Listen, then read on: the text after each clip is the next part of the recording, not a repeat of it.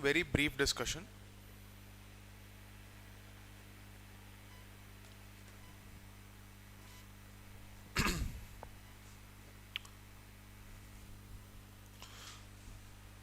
It's not going to be more than 10-15 minutes at max, 20 minutes max, because the articles are very repetitive. You have other important issues with respect to economy, RBI surplus transfer, IMF package voting issues, and FDI coming down. These are the articles that were there in the last few days. But if you have to understand those articles, you need basics. Since your economy classes are not done, I'm not taking those issues up. Okay? We will take up those current affairs issues. Let's say if there are roughly around 7 to 10 issues, we'll take up an entire economy class. Whatever articles that are coming up in that month, we will take all of them together and finish them in one go. Okay, that's how we'll approach this. Fine? Okay. So today's articles, it's it's not about, today's articles are not about explaining anything. We have been over the past 15-20 days learning the methodology of how to pick up information from newspapers. It is not about summarizing the article. Okay, take a look at the Hindu editorial today.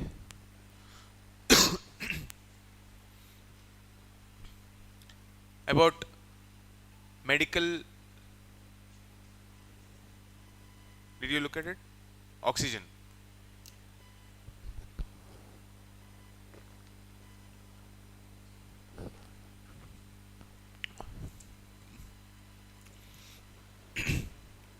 Medical oxygen.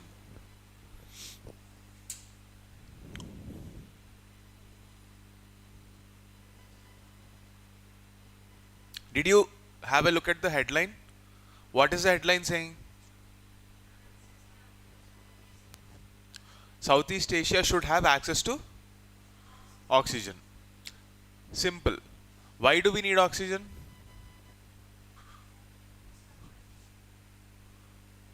Yeah? You know, without this, you can't survive. COVID. You've seen the COVID crisis. What happened during COVID, we have all seen that. You're also witnessing the rising cases of COVID. Everybody is not taking it as seriously as we did in the previous, cycles of COVID. This time, because somehow there is a hope that it won't be as serious as it is. But what if it is? Did we learn our lessons? Or are we continuing in a business as usual approach? What if it comes back and it is even more dangerous than what it was? The hope is that it is not. But systems can't rely on hope. Institutions should always be designed for a worst case scenario. We have already spoken about this. We are driven by democratic processes, and in those democratic processes between the individual and the state, in the social contract between the individual and the state's responsibility is to ensure that the design of the institutions are for the worst case scenario. Do you really think, with respect to the supply of oxygen and the whole healthcare infrastructure, do you think India is ready? Or let's not just talk about India. Do you think the world is ready for another COVID-like situation? We are not. 5 years later, did we change anything in our approach? Is there anything different that you are aware as a common citizen? You're all aspirants. You are better informed than many other people. Can you think of anything from your memory that has been so widespread that it is accepted that this is a very good step in ensuring that Anything like COVID will not happen. Nothing of that sort happened. And yet, there was one more election, many state governments, not just in India, across the world, health has not been an election issue.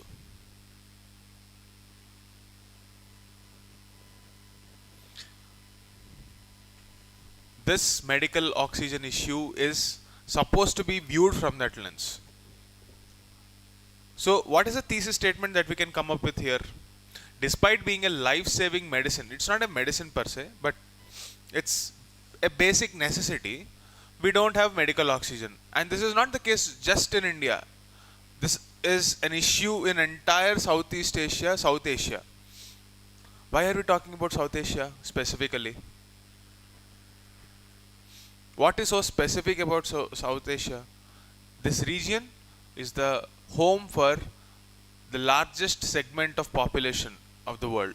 Largest density. It's very dense. India, China, Bangladesh. In entire Indian subcontinent. Pakistan, India, Bangladesh, Myanmar, Nepal, China. All this put together. Look at the density. And yet we are not ready for that. This cannot go on. This is a problem. What did I tell you about newspaper articles? How should we look at them? Problems, solutions. Now you tell me, what will be the solution? Very simplistic. We don't have oxygen. What is the solution? We need oxygen. As simple as that. We need oxygen plants. We need to prepare for that. Now tell me, how? First, what should be the thing that you should do? Okay, we are talking about medical oxygen. Not growing trees is not going to help you get medical oxygen in your ICU.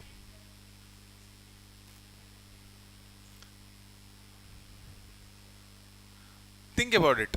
See, you want industrial oxygen. Manufacture oxygen in cylinders, capture them and bring to the ICU. How much? How will you know how much? The first thing you need to know is estimation. That is the first question you need to ask. Second question, where will you get it? Third question, how will you get it?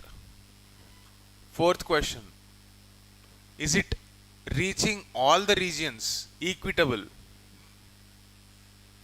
Fifth question, is it affordable? Is this the most efficient way to produce? Is there any new technology?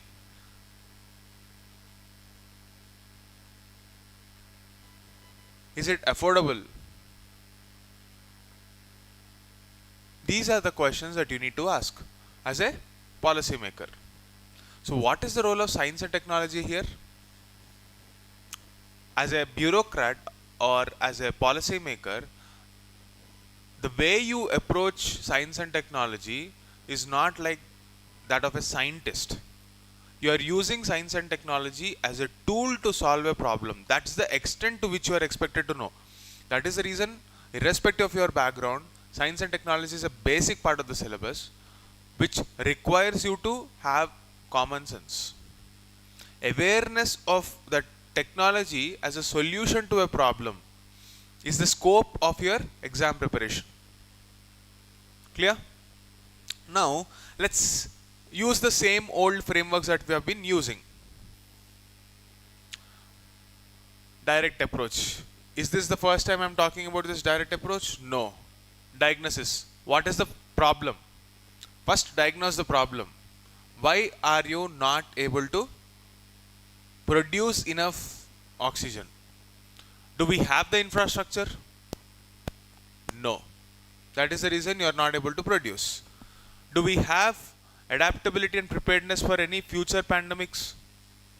Again, no. Equity. Are we having systems where there is the concept of healthcare justice? Is that happening? Is healthcare given the due respect it requires in this country? If yes, we wouldn't be having out of pocket expenditure as high as 63% of the entire healthcare expenditure. If let's say 100 rupees is the amount spent on healthcare, a common citizen is spending 63 rupees out of their pocket. That means our taxes are not directed towards healthcare. Is this how it should be? That's a question for democratic systems. It's not for you and me to decide. Collectively, everyone should decide that healthcare should be non-negotiable. That's the problem. Do we have coordination between the center and the states? Only during a crisis. But of course, it's wrong to say there is absolutely no coordination. But when it comes to epidemic preparedness, can we avert another COVID-like situation happening in our country at this point of time? The answer is a big no. Why is that the reason? Here is where you should understand the healthcare infrastructure of this country. How are we spending our money? Where is it going? Is it justified? Is there corruption? Are there any systemic issues? And the whole set of health issues, the systems, the skill aspect, the human resources aspect, technology aspect, equity aspect, everything comes into the picture. See, the definition of health is not just absence of disease. It is a state of well-being. This is a definition accorded by World Health Organization. And rightly so. Are we in a place where well-being is ensured? Not really. So how can we fix that? This is not just a question of medical oxygen. The same template can be used for every healthcare issue. Take the case of diagnostic tests. Do we have enough diagnostic centers which are affordable and accessible to every citizen of this country? No. Do we have the adequate infrastructure? Do we have enough diagnostic centers at the grassroots level? No, again no. Yesterday we spoke about AMR, antimicrobial resistance. Ideally, antibiotics should be prescribed on the basis of a diagnosis. But we're just giving it broad spectrum antibiotics. And there is no wonder that we are developing AMR. And it's becoming all the more expensive to treat that kind of diseases. So we are not directing our economic resources in the places that they should be going to. And that's a problem. Same question you can ask everywhere and the answer will be similar, because this is a system. We are not just discussing one aspect of the system, it is a whole system. See, there are some statistics that we have picked up. 78% of South Asia, there is no oxygen demand that is fulfilled. 74% of East Asia does not have oxygen. 54% in LMIC hospitals. They don't have oximeters sometimes. They don't have functional oxygen resources. So this is something that is non-negotiable. And yet we do not have oxygen. Infrastructure bottlenecks. Take a look at South Asia and the rest of the world. We have even larger problem. Infrastructure is not available. And with the kind of population we have, we cannot afford to take that risk. COVID lessons. What can COVID teach us? Firstly, do we have enough oxygen plants? No. So what are we suggesting? We need more oxygen plants.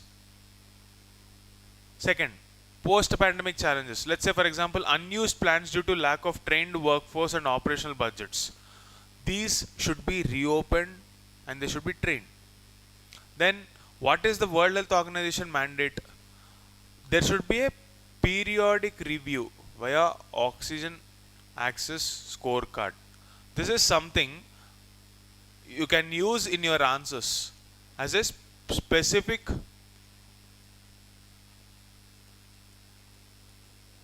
point. See, if you want to score well in mains, this specificity is what gets you marks. Everybody writes this generic problem. Like we don't have infrastructure, we don't have diagnostic centers, we don't have oxygen plants. What to do? What is the solution? In that solution, if you can quote specific measures like this which are being taken up, that's when you'll score marks. Oxygen access scorecard. And these are the points you will get in prelims also. Okay? National adaptation plans. When you have a structured plan on what the national and the subnational governments, that is state governments, should do. State government should correspond with the panchayat level blocks, primary healthcare centers. Because in a situation like COVID, you cannot expect that patient to travel to the district headquarters. You need to have them at local level. When they don't even have oximeters, see, we don't have official data yet. We don't know how many people died in COVID. Even though the official figures quote a number, there are allegations that it is much, much, much larger than that. The number of families that are impacted by this COVID, look at people around you. You must know at least one family that is severely impacted by this COVID. If that is the case, imagine across the country. If every one of us know at least one family impacted by this, the numbers don't add up. So this is the whole methodology of looking at oxygen supply issue. Now, the article also quotes some technologies. Just note them down. No need to go in depth and do additional research on how the plant functions, etc. You are not setting up an oxygen plant. So just understand what is this technology, what is the principle behind it. So we are talking about, if you extrapolate this article and try to link it to fundamental rights, governance and policy making. These are the questions that you need to ask. Should we make health a fundamental right? Yes. Is it a fundamental right? It is an implied right. But if it is a fundamental right, every citizen in this country can demand free health care. What is the definition of a right? It's a claim on the state. Can we go to the government hospital and claim that I need this? No. That's not the case now. Health is not a fundamental right yet. Explicitly. We have right to education. Is health a right even? If not a fundamental right, do we have right to health? Is there a law? We have right to education, right? Do we have right to health? Then is it safe to say that we are not demanding right? We are not demanding health as a right? If healthcare is not an election issue, when you are reducing the entire health system to the mercy of budgetary allocation, healthcare cannot be optional, but it is treated like an option. That is why we say, in a democracy, the quality of democracy depends on the wisdom of the people. It's up to the people to decide if healthcare is worth it or not. Okay, so this is the set of questions that you need to ask. Now, if we want to make our coordination better, stakeholder approach. Take a look at the stakeholder. Who are the stakeholders? National governments, internationally, World Health Organizations, or any government agencies, private sector, colleges and civil society. Various sectors of our society or various stakeholders of our society must come together to solve this problem. It's not the job of one segment of population alone to fix it for everyone else.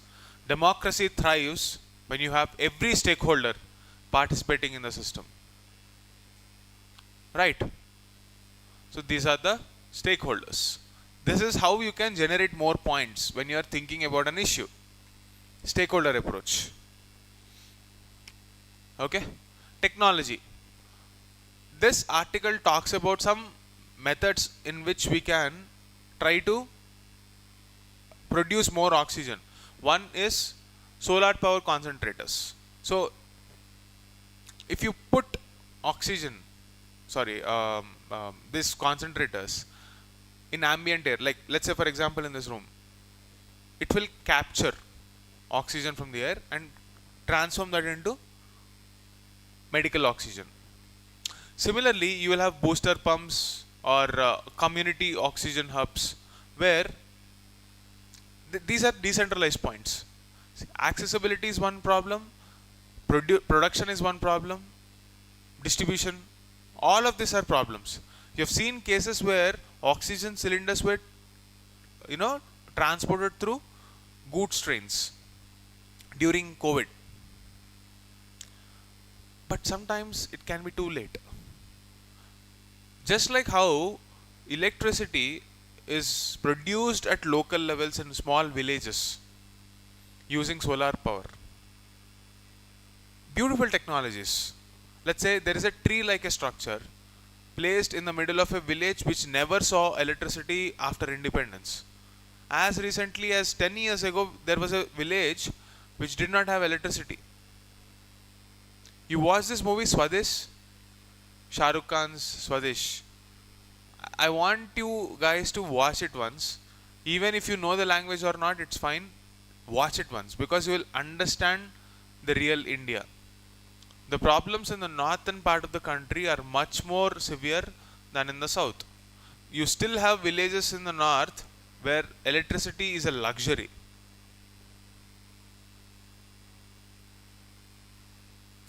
We're talking about a digital India where there are villages.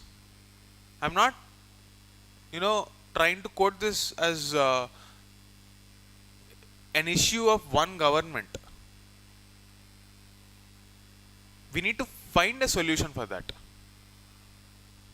Yes, we have constraint of resources. Yes, we want to be a digitally powered nation.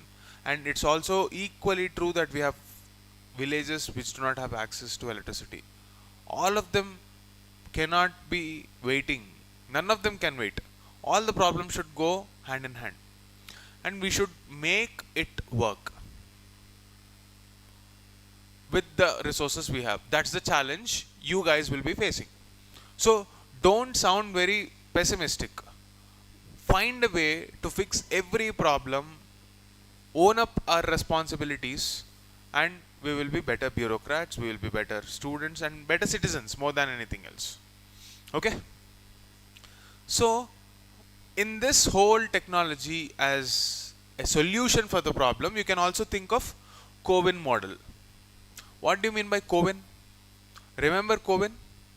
There is a portal, there is an app where you will get your vaccine certificate. It is linked to your Aadhaar.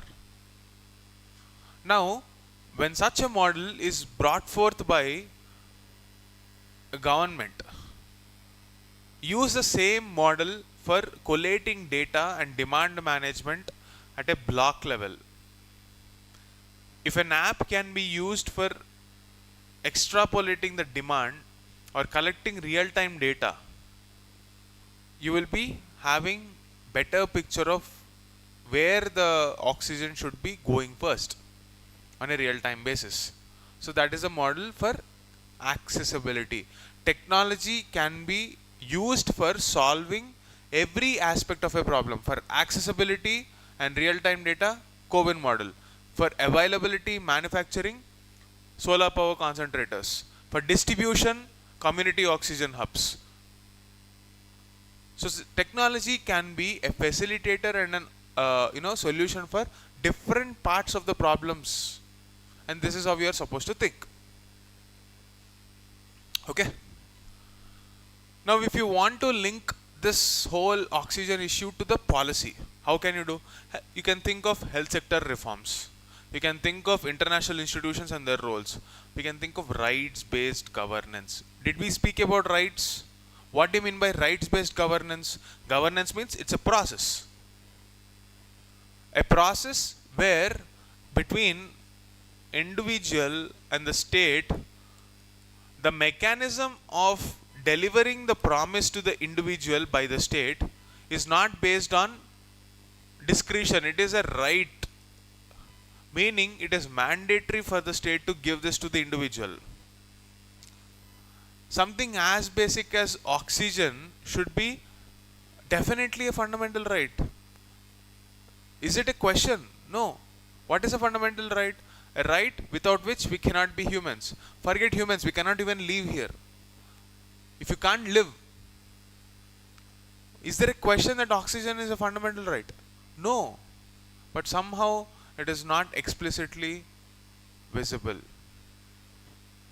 Time to relook at that issue. Do we have the disaster resilience? What does this mean? Do we have robust systems capable of withstanding any such issue in the future?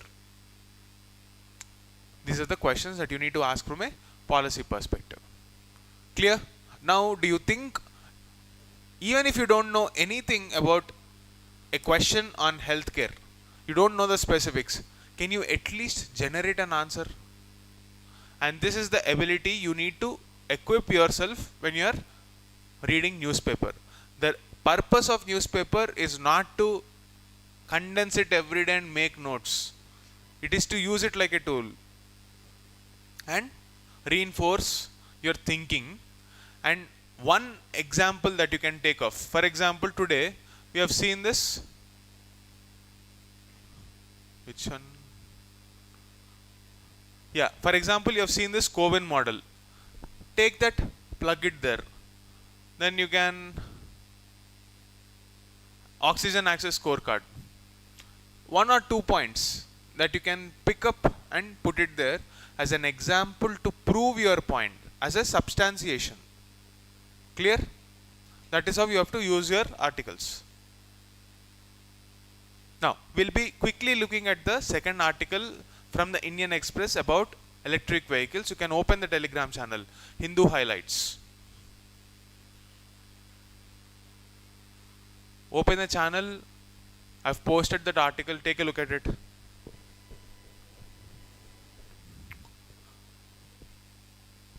Okay. What is the headline saying?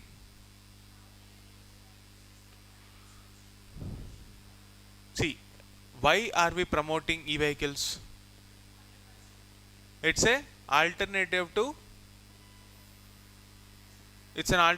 fossil fuels. Right. Now, if we have to promote e-vehicles, the overall impact on environment should also be considered. It may be less polluting in terms of fossil fuels, but this article shows that it is creating new type of pollution. Electric vehicles are usually heavier than normal vehicles, and it would lead to your tires getting eroded or getting worn out. There is wear and tear. So you have to recycle your tires more frequently, which will cause new kind of pollution.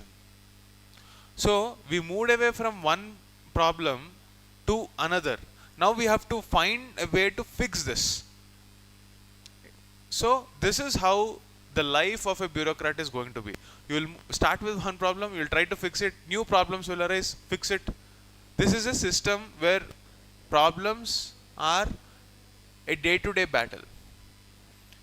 And the role of a bureaucrat is to figure out a way to fix this problem by finding the right kind of people, by asking the right questions. Clear? So, you know what is the purpose of EVs. We've already discussed that in the V2G technology class. I'm not going to elaborate further on that. If you want to read more about the scope of EVs, I've already given one link in that article itself. In the read the scope of EV. You can click here. It will take you back to a very old article which is still relevant. Can you click that? What is the headline of that article? Correct. That article is linking EVs to the raw materials required for producing EVs. So in this way, when you are reading the channel, it will help you explain what are the raw materials, what is the scope of EVs, why do we need EVs. In the present article, you are looking at one aspect of the problem. Like this, everything that you know about EVs will be at one place when you read articles like this. Okay? I'm not going to explain everything in detail there. What are the concerns? There are many benefits, but tire wear is raising new environmental problems. What problem? Let's see. See, when the tires get worn out, you will see that there is a concept called greenwashing.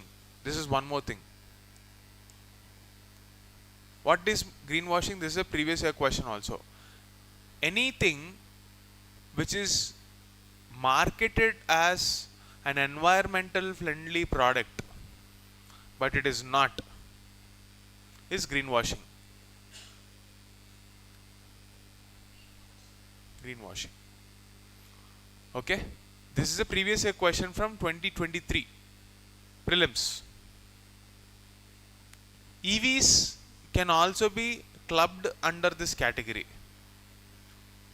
if you are not giving a solution for this. So these tires, when they are recycled, they will release something called microplastics, which will enter our body, bloodstream, and every aspect. And you have a system in our body called the endocrine system. Our hormone production will be impacted by this microplastic pollution when they enter into our bloodstream and impact our. And there is an ongoing research whether this will have an impact on our DNA also. Genetic mutations which will lead to cancers. And those cancers will be passed on to next generation also. So overall, the philosophy should be to move towards nature-based solutions. Why is it that we are requiring more and more technology? Because population is increasing and we are not just able to meet those demands. So the solution is to move towards nature-based solutions.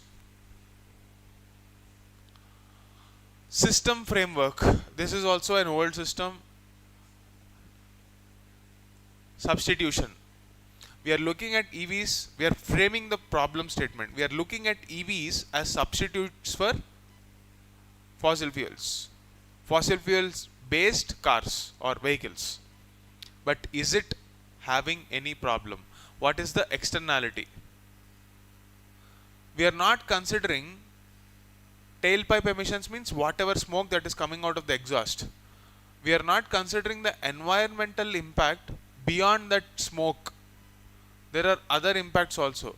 We have to counter that problem also. We have to factor all those problems also. Next is understanding tire wear as a source of microplastic pollution. Then trade-off.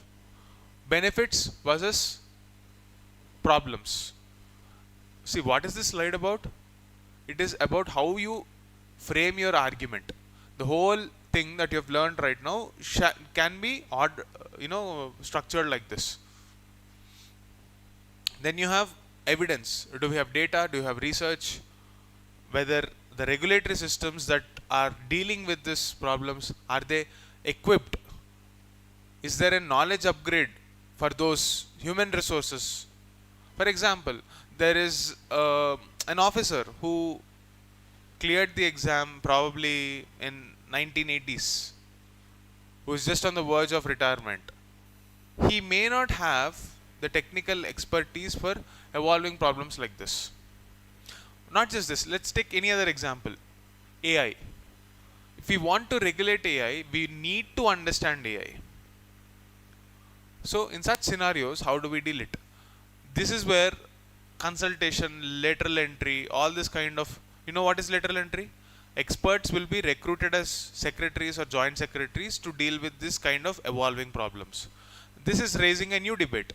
What are we studying for if we are not getting the promotion? So what is the solution? Should we train the secretaries or should we directly hire specialists? This is a question. Okay. This is the hidden environmental cost, etc. Okay. Now, what are the solutions? Firstly, policy. Secondly, technology. Then, urbanization as a whole. What if we prevent more and more cars in the first place? If the very urban design focuses on, movement through cycles, through walking, satellite townships. If you have a home where you can walk to the office, you can walk to the school, walk to the hospital, to the nearest cinema, theaters, shopping mall, everything is accessible via walking. That is a kind of urbanization model. So you have small pockets of everything that you need across the city. Those pockets are like clusters in themselves. People don't have to come out of those clusters unless and until it is necessary. That is the kind of satellite township we need. If that is the case, you will reduce dependence on cars. People will become more healthy. That is one urbanization solution. But if that's not feasible, what are the technological innovations you need to have? What kind of materials should we use in batteries to reduce the weight? If you are not able to reduce the weight, what kind of tires should we produce? Material technology research. This is the direction you need to think. If that is also not possible, let's look at the policy responses. Can we say odd even kind of a policy where, you know what is odd even? In Delhi, there was a government rule that on this day only cars with odd number can come out. Let's say on Monday you have 1, 2, 3, 1, the car number, odd number car. This can come out on Monday. It can't come out on Tuesday. On Tuesday, 1, 2, 3, 2 can come out. At least the loads on the road will come down. And there is a hope that vehicles pollution will reduce. But will this work? Not as effectively as we thought, because vehicular emission is just 12 to 15% of the total pollution.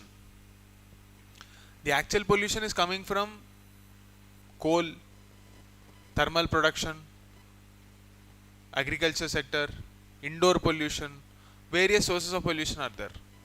By addressing only this one problem, you are not going to fix the issue. It's like band-aid when you need a surgery. Okay. So this is how you are supposed to approach a whole problem. Now you read the article. You will be able to extract information out of it. Okay. So that's it for today. See you tomorrow.